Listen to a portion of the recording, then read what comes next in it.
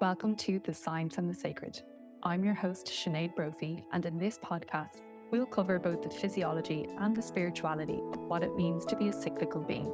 I'd love to invite you, my health-conscious and spiritually curious friend, to dive deep with me as we embrace the power of cyclical self-care to nourish our minds, bodies, and souls.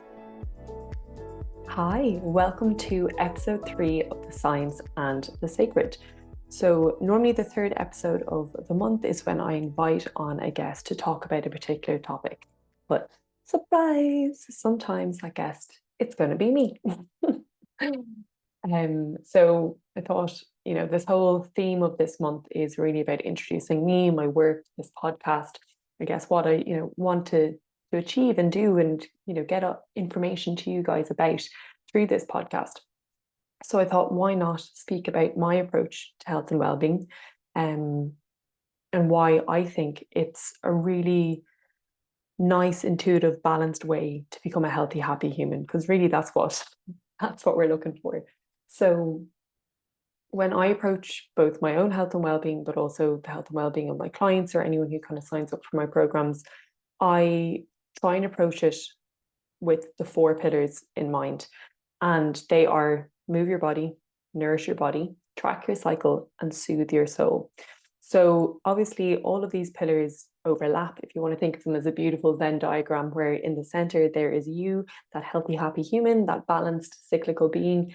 And then if you want to think about almost like a flower, these, those beautiful flower Venn diagrams where all of these circles, things are falling into those buckets, but things overlap.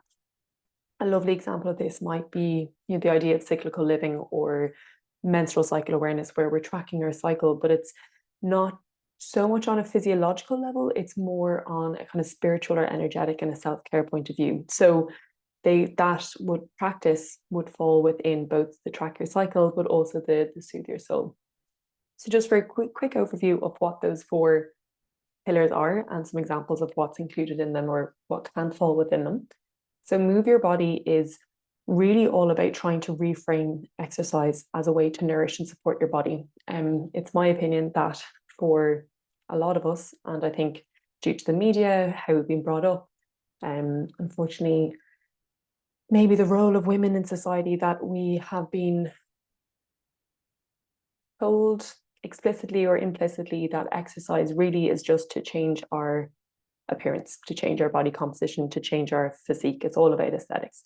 And for me, I definitely went into that. Well, not 100%, but I went through a period where that was the goal of training. And it's not to say that if that is your goal, that that's wrong. However, I think training for aesthetics doesn't always equal training for health. So I really, really like to take an approach of intuitive training, making sure that your movement is balanced. Most importantly, that it's enjoyable, so that you're doing something that you enjoy. The recommendations for movement is 150 minutes of moderate intensity exercise and then 2 resistance training sessions. But that moderate intensity exercise can be whatever you want it to be. So for someone, it could be pole dancing. For another person, it could be hiking. For another person, it could be going to the gym and doing sort of like a HIIT session or some sort of kind of high intensity resistance training to kind of get the heart rate up there. So it's really about finding what you enjoy, and then it's also about balancing. So if you are doing HIIT every single day, you're probably going to be overtraining.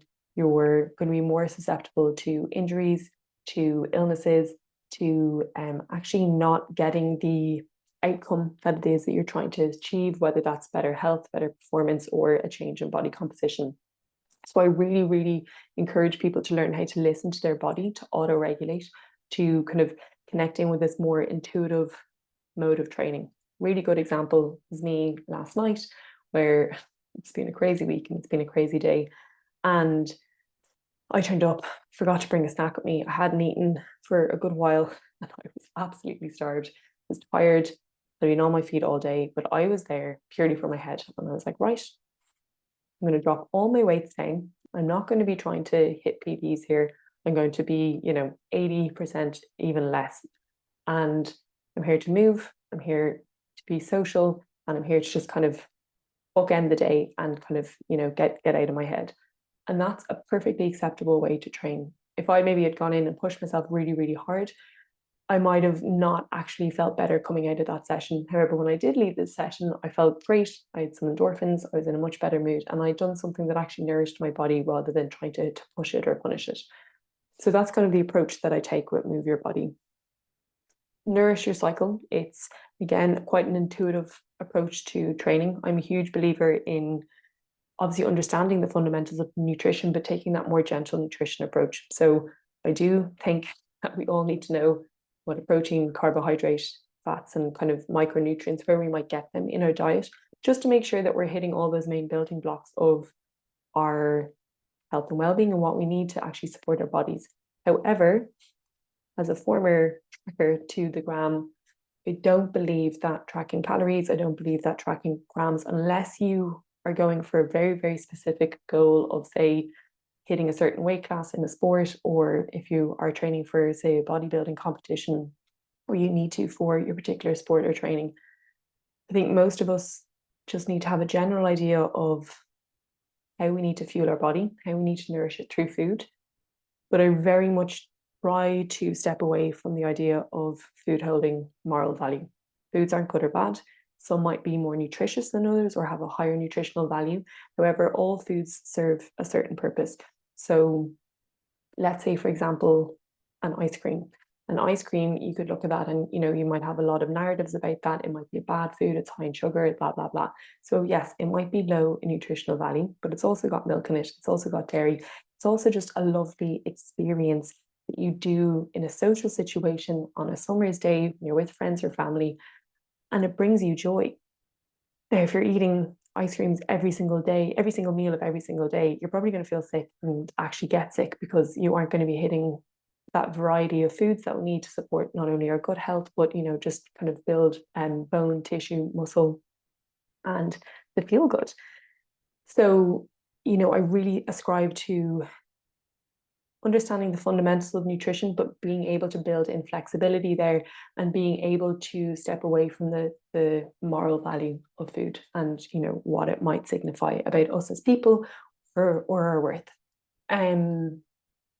Then we look at tracking your cycle. So this can kind of take a range of different approaches.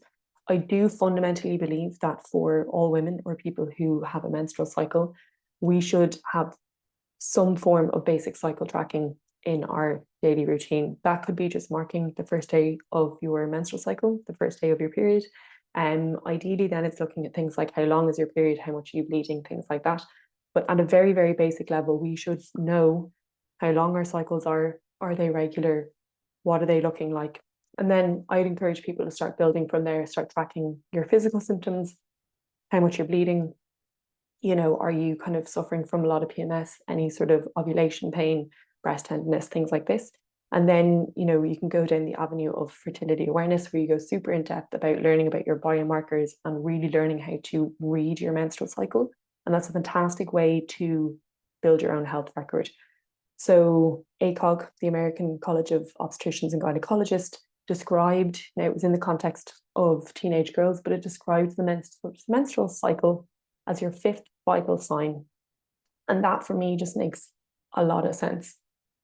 So, and for me, it also helped shift that narrative as the menstrual cycle being this thing that was a hindrance to actually being an ally and a benefit. So we can use our menstrual cycle as a barometer or a litmus test for how healthy we are. And it's not a tool that we have to get absolutely perfect or like hack it to perfection. It's more about understanding what our normal is. Are we falling within, I guess, the recommendations of what's considered a normal menstrual cycle? Are we having a lot of pain? Are we having a lot of bleeding? Are they really long? Are we falling out of those parameters? Because they could be flags that something might be going on. Also, if something's changed, that might also be an indicator that something's going on. So we have this fantastic tool to help us recognize when things might be going off, when stress, overtraining, underfueling might be impacting our cycle, or there might be some deeper health conditions going on, such as PCOS, such as endometriosis. And then, as I mentioned earlier, that beautifully blends into, I guess, the more spiritual side of things through menstrual cycle awareness. And for anyone who's not cycling, so, anyone who's pregnant, postpartum, peri or postmenopause, you might not have a cycle at all, or you might not have a regular cycle. Cyclical living, in my opinion, falls into this and kind of overlaps with the Soothe Your Soul. So the cyclical living is where you can track with the moon, or you can track with the seasons of the year. The moon is a perfect substitute for a menstrual cycle. It's 29.5 days long, very similar to what's considered the kind of typical menstrual cycle length, which is 28 days. And energetically speaking, it beautifully maps the energy that we might feel throughout our menstrual cycle. New moon, fantastic for setting intentions, going inward, really about reflecting and where we want to move. But it's the start of that. In menstrual cycle awareness, it's called the via positiva, so that kind of building energy.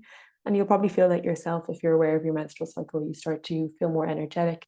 Physiologically, estrogen is rising, so we're better able to kind of train more, kind of hit, PBs, and we're more anabolic, but our sex drive goes up as well. We're more outward focused, and we're kind of in that more like peacock energy. So that's when we reach ovulation, which is also the energy of the full moon. And then once we kind of cross over ovulation or the full moon, we're now in, again, menstrual cycle awareness, called the via negativa. Could also be considered the more feminine or the more yang energy. And we start to shift into this more kind of inward focus. Our energy might dip on a physiological level. You might have PMS symptoms here. But it's really about kind of letting go, noticing maybe what we didn't achieve or didn't kind of get to this cycle, and kind of letting go of those expectations, forgiving what maybe didn't work for us or anything that might have been holding us back in the past.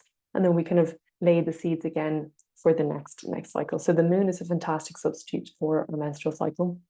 And I'd very much, in my coaching practice anyway, let this fall under the track your cycle, depending on the client's needs or where they are in their life stage with regards to their cycle. And then the final one is Soothe Your Soul. So basically, this is all of the S's.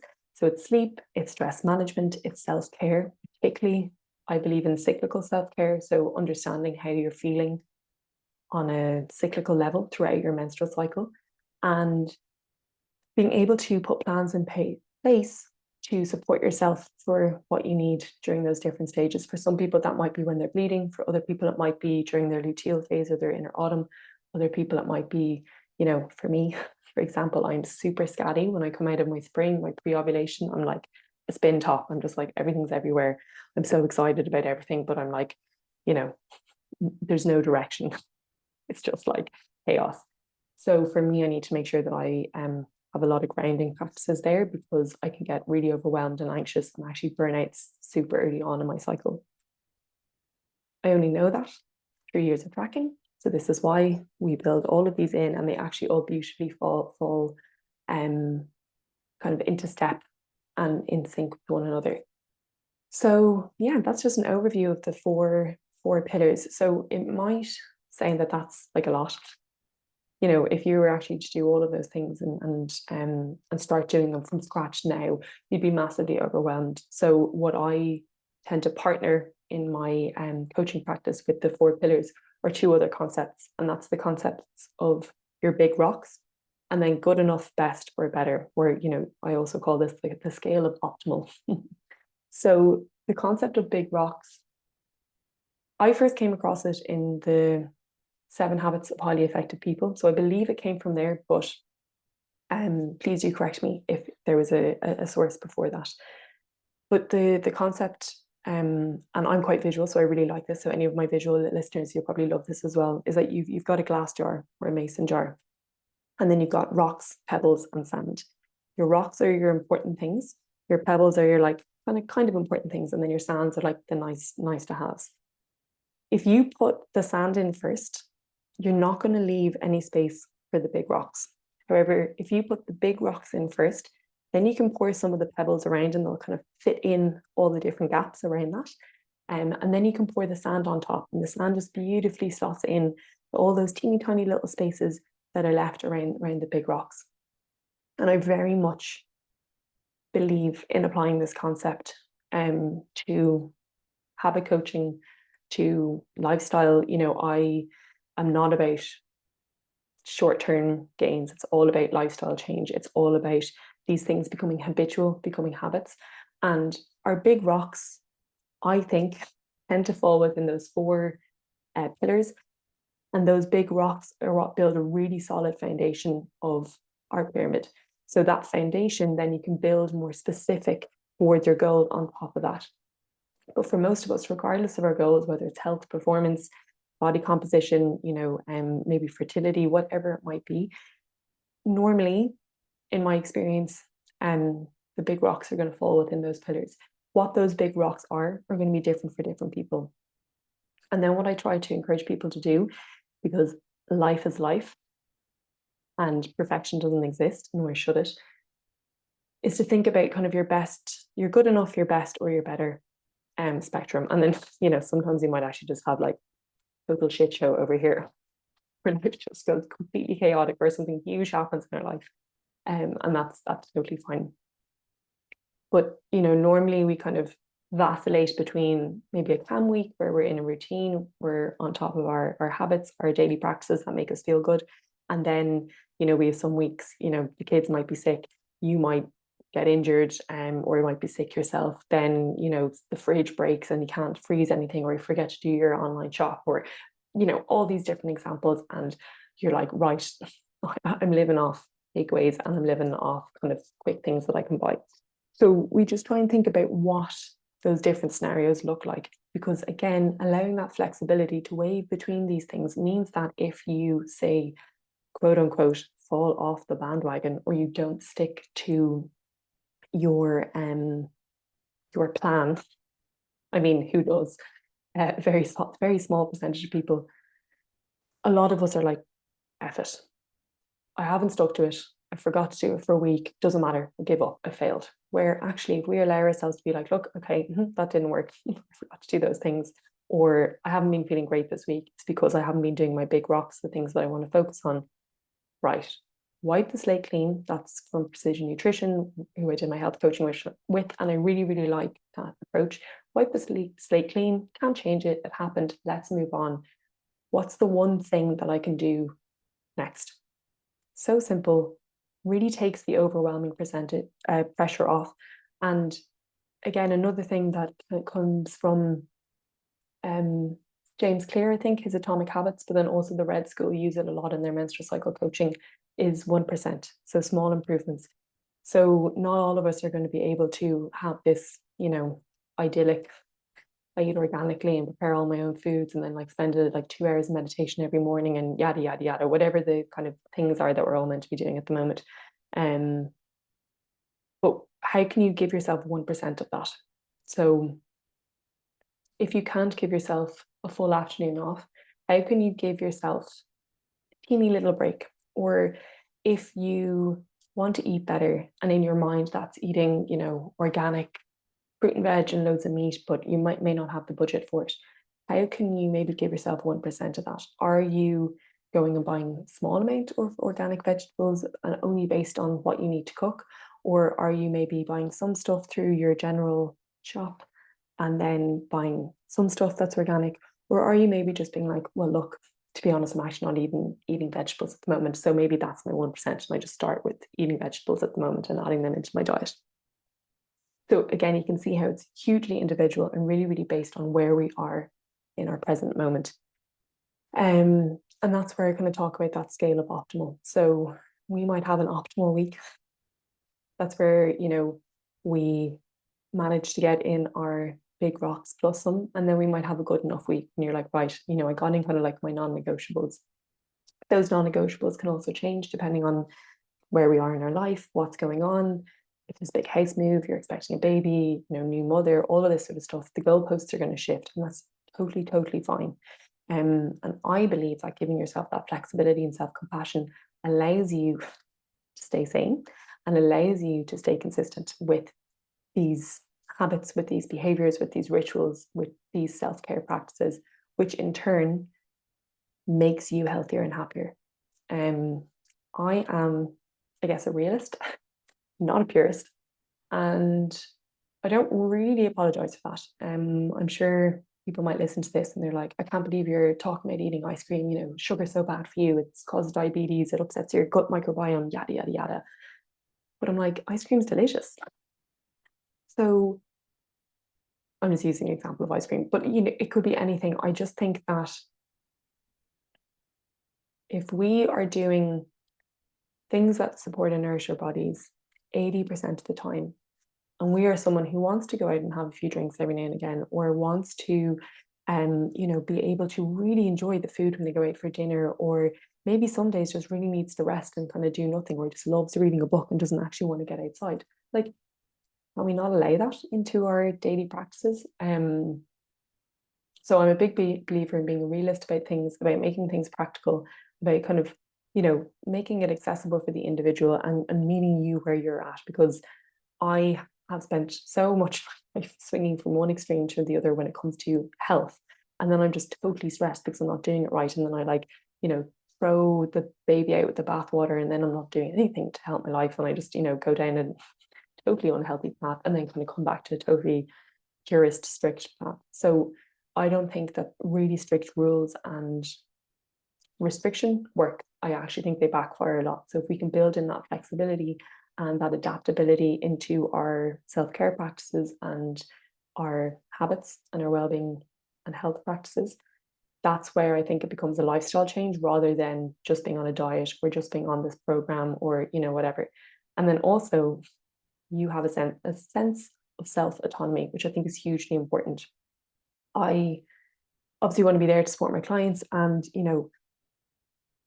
I'm planning on creating resources that are more lighter touch and all of this kind of stuff. But what I really want is at the end of a time that someone's working with me, that they don't need me anymore, or at least they might need me at a lower touch point, as I was saying. So, not as frequently checking in, not as much hand holding, because I truly believe that we have the power to do it ourselves. Now, full disclosure, I need accountability, like most of us. So I'm not saying that you need to have the quote unquote willpower to do everything by yourself.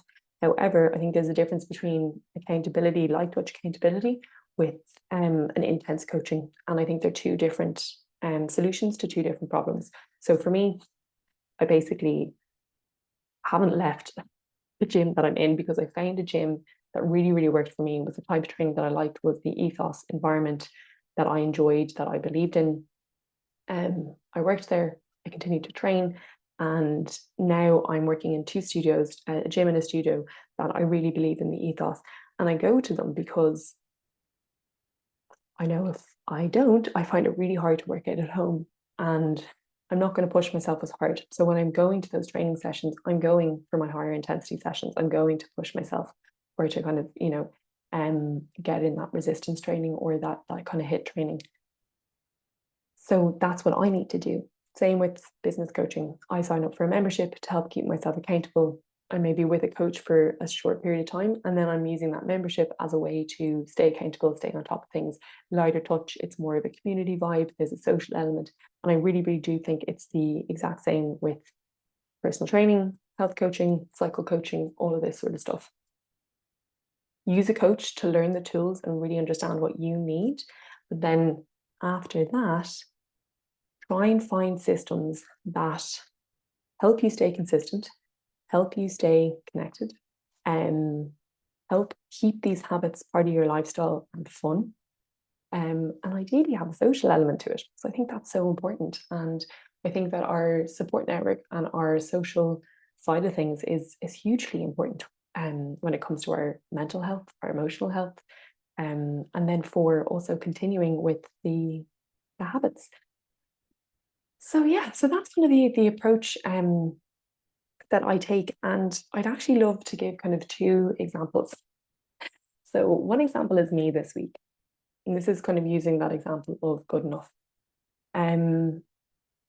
For me, I know there's a couple of things that I need to do to stay balanced, grounded, and not let anxiety completely take over and ruin my life. Normally, I've gotten a lot better at planning. So, I can kind of see where I am on my cycle. I'm generally pretty regular, so I can kind of plan pretty well. I can also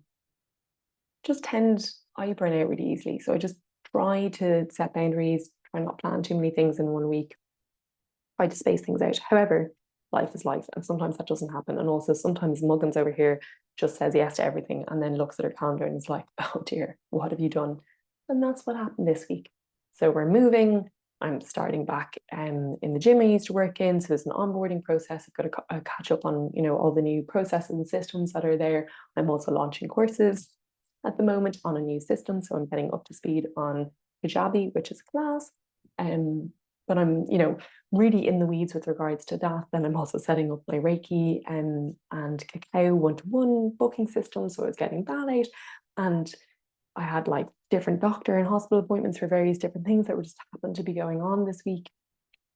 And it was just one of those weeks where it was mental. It was absolutely mental. So I was like, okay, let's take a moment at the start of the week for, I think did I do it?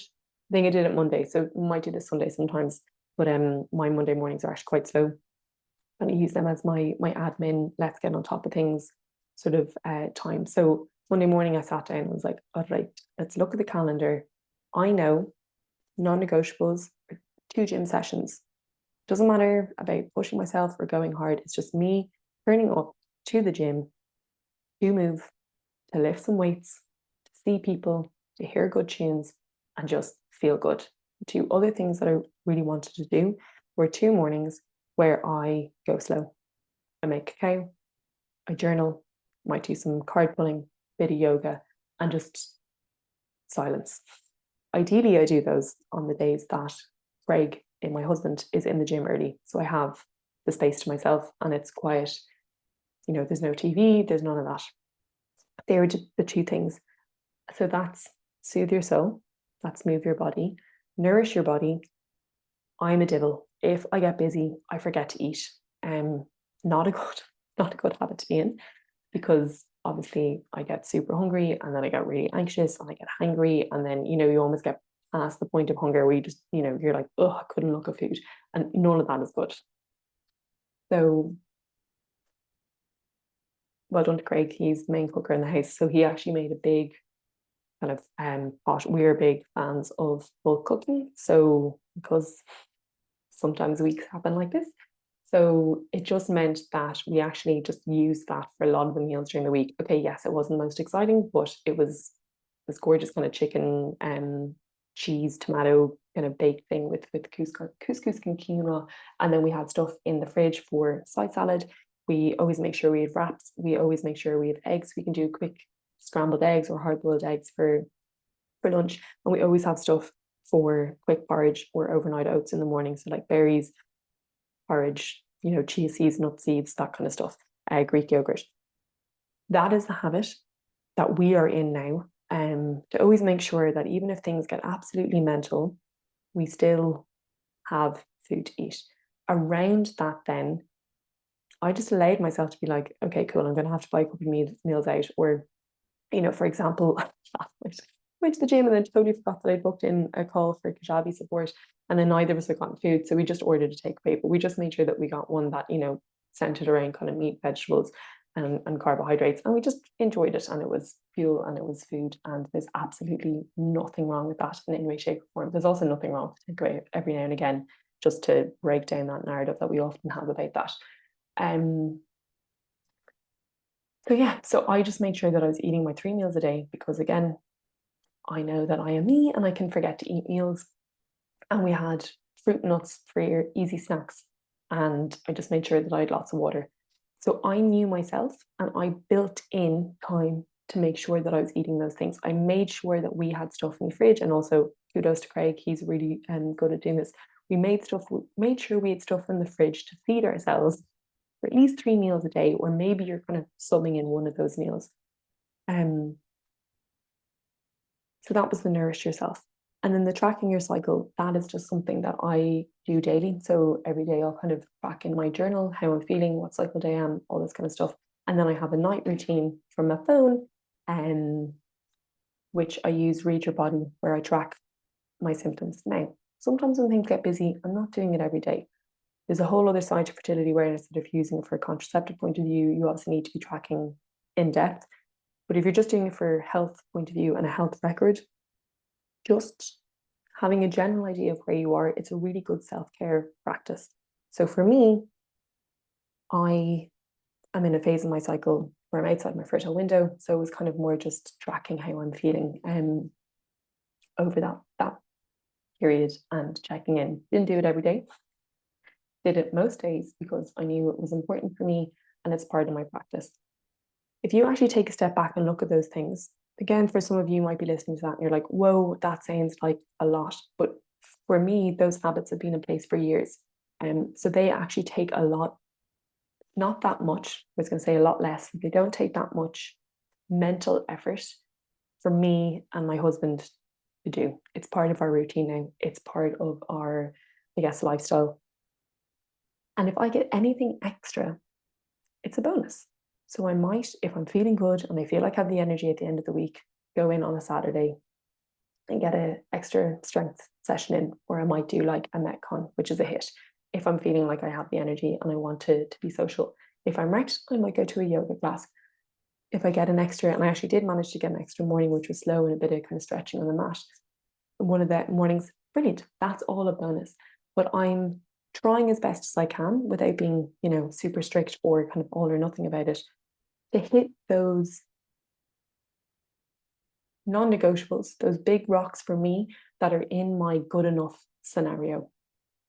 Because I know that they are going to be the things that make sure I'm not completely burnt out and existing on an empty tank by the end of the week. Does that mean that maybe all of my work that I planned for this week doesn't get done? Yes. But, again, work tends to, if you're in life coaching, there's obviously kind of work and financial goals, but obviously I'm coming from a health and wellbeing point of view. So work comes into it. It tends to fall under, with my clients, more like stress management and kind of boundary setting in that soothe your soul sort of section. So for me, I just set myself a boundary where I was like, right, what are the things that I need to get done? Anything that's less urgent and less important, can it wait to next week? Yes. Okay, move it to next week. And then we just focus on everything else. So these are just tools that I've learned, that I've practiced, that I've built in a way that allows me flexibility, that allows me compassion, because I know that if I set really strict rules for myself, I'm not going to stick to it. I'm going to feel massively overwhelmed.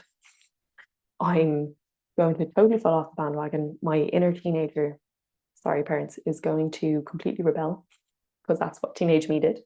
And yeah, she's gonna be like, no, sorry, that's way too strict. Too many shoulds there. I'm just gonna go do everything you told me not to do. So I need to make sure I'm managing her a little bit and meeting her halfway. So that's the approach that I take. And I do find that for a lot of us, and for a lot of my clients, actually all of my clients, I don't think I've ever gotten a bad review. It really, really transforms their lives, because it's doable, it's sustainable, and it actually makes a difference to your health and well-being. I'm not sure if there's anyone else out here who works in the health and well-being space listening to this podcast at the moment, but if you are, I don't know about you, but for me, it upsets me how focused on non-health practices under the guise of health, and how commonplace that is. So how twisted the word health, wellness, well-being has become. I think diet culture, I think unintentionally and maybe intentionally, but I'm going to give everyone the benefit of the doubt, unintentionally, disordered eating is just snuck in there for so many well-being programs and ways of coaching. The language that a lot of coaches use, that a lot of clients use, and that a lot of the media use, it's a very challenging landscape to navigate, both as a coach and as a client and as just a human, particularly a woman in this world.